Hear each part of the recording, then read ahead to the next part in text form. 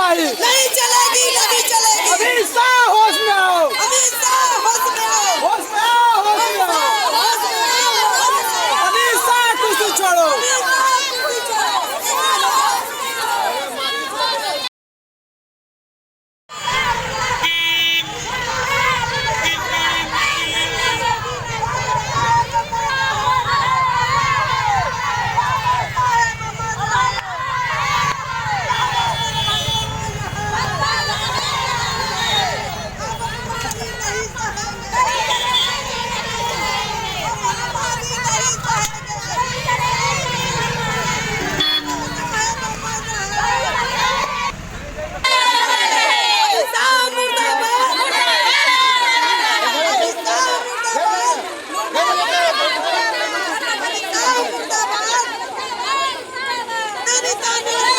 नमस्कार प्रणाम, आप देख रहे हैं पिंक सिटी टाइम्स में।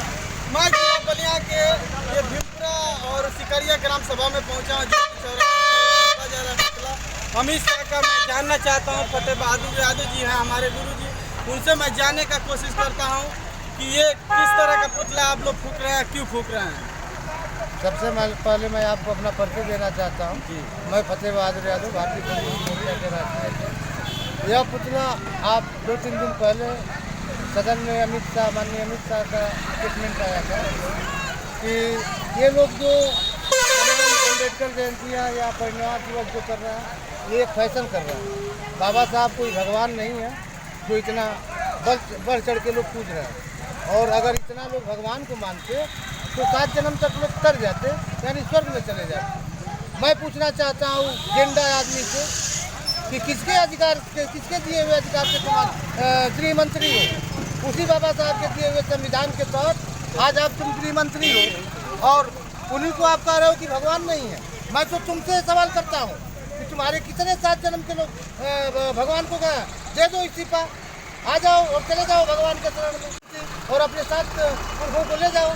लेकिन बाबा साहब के संविधान को छेड़छाड़ मत करो। बाबा साहब के संविधान को या बाबा साहब की टिप्पणी करोगे तो तुम्हारा इसी तरह से पुतला फूका जाएगा। तुम इसी तरह से महिलाओं से, बच्चों से, पुरुषों से गाली सुनोगे। इसलिए कि संविधान हमारे देश का सर्वोच्च है, न कि धर्म सर्वोच्च है। धर्म से रुकिए, धर्म से भोजन नहीं मिलता है और कर्म से भोजन मिलता है। तो संविधान कर्म की तरफ ले जाता है और बाबा साहब ने जो दे के गया इस देश के लिए, वह सबसे बड़ी चीज़ ये है कि हम उसी पे चल रहे हैं। उन्हीं के दिए हुए अधिकार के तहत वो आज गृह मंत्री है। उस गेंडा को शर्म आनी चाहिए। वो किस तरह से वह अगर वास्तव में नेता है तो उसको इस्तीफा से हट जाना चाहिए। बाबा साहब के प्रति जो उन्होंने टिप्पणी किया है, बाबा साहब इस देश के लिए सबसे सर्वोपरि है, भगवान से भी बढ़ के। छोटा सा सवाल सर, गृह मंत्री जो बने हुए अमित शाह, क्या भगवान के बदौलत बने हुए कि बाबा साहब के संविधान के बदौलत? नहीं, बाबा साहब के संविधान के बदौलत। आखिर सर ऐसा टिप्पणी क्यों कर रहे हैं वो? ऐसा टिप्पणी इसलिए कर रहा है कि वह आडम्बरी है। यह सरकार शुद्ध रूप से आडम्बरी है। यह सरकार सिर्फ लोगों को डाइवर्ट करना जानती है, इधर से लोगों को बहकाना चाहती है, लोगों को तरह तरह की ऐसे बयाने दे के लोगों में एक अलग से उत्साह पर द्वेष पैदा करना चाहती है। यह जो सरकार है शुद्ध रूप से जान लीजिए कि मनुवाद की तरफ खींच रही है। उसके बोलने का मतलब कि लोग आपस में लड़ें, कटे, मरे, मनुवाद टाइट हो, हम मनुवाद को लगा सकें। इसके पहले आप ये भी जानते होंगे कि नया संविधान लिख के इन्होंने रखा है। अगर ये आज विपक्ष नहीं रहता, मैं तो विपक्ष के लोगों से पूछना चाहता हूँ, ओम प्रकाश राजभर से पूछना चाहता हूँ कि आप पिछड़ी के नेता हो, कहते हो कि हम पिछड़ी के नेता हैं। माननीय अखिलेश जी से भी मैं पूछना चाहता हूँ, तमाम जो भी अभी देख रहे हैं कि आरएसएस ने खूब जोरों पे चलाया है शिव चर्चा। जो हमारे सबसे यादव भाइयों को कहने में शर्म आती है कि आप पढ़े लिखे हो। यादवों को कहने में शर्म आती है कि आप पढ़े लिखे हो। आप पढ़े लिखे हो, मास्टर हो, आप डॉक्टर हो, इंजीनियर हो, और तुम्हारे घर की औरतें जा रही हैं ढोलक और हारमोनिया पर ताल बजाने शिव मंदिर में शिव चर्चा कर रही हैं। शर्म आनी चाहिए तुमको कि हम जो डॉक्टर हैं, इंजीनियर हैं, मास्टर हैं तो संविधान के हिसाब से है और कर रहे हो शिव चर्चा। तो ऐसे आरएसएस के लोग ऐसे आडम्बर फेंकते रहते हैं और पिछड़ी के मूर्ख लोग जो आडम्बरी हैं, जिनके पास कोई ज्ञान नहीं है, जो इनको ये भी पता नहीं कि हम मास्टर किसके वजह से हैं, हम इंजीनियर किसके वजह से हैं, हम डॉक्टर किसके वजह से हैं, ये सारी चीजें इनको पता नहीं है, इसलिए आडम्बर के पीछे जा रहे हैं। बिल्कुल चुनाव और उनके नाम पे वोट मांगती है और कहते हैं कि सब लोग सामान्य हैं। और आखिर अब ऐसा क्यों हो रहा है? चुनाव तुम पिछड़ी की बात करते हो और तुम्हारे ही सामने संविधान का विरोध हो रहा है, तुम्हारे ही तो हमारे तो ये सब सिस्टम जो भी हो रहा है हमारे नेताओं की वजह से हो रहा है।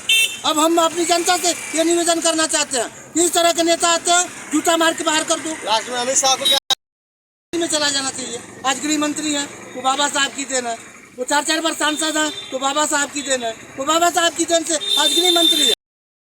इसी के साथ बहुत बहुत धन्यवाद।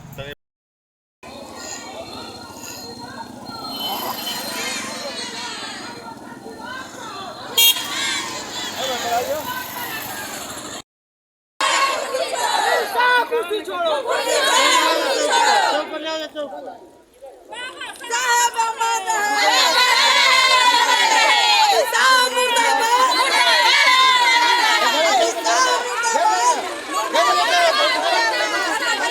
मुर्दाबाद।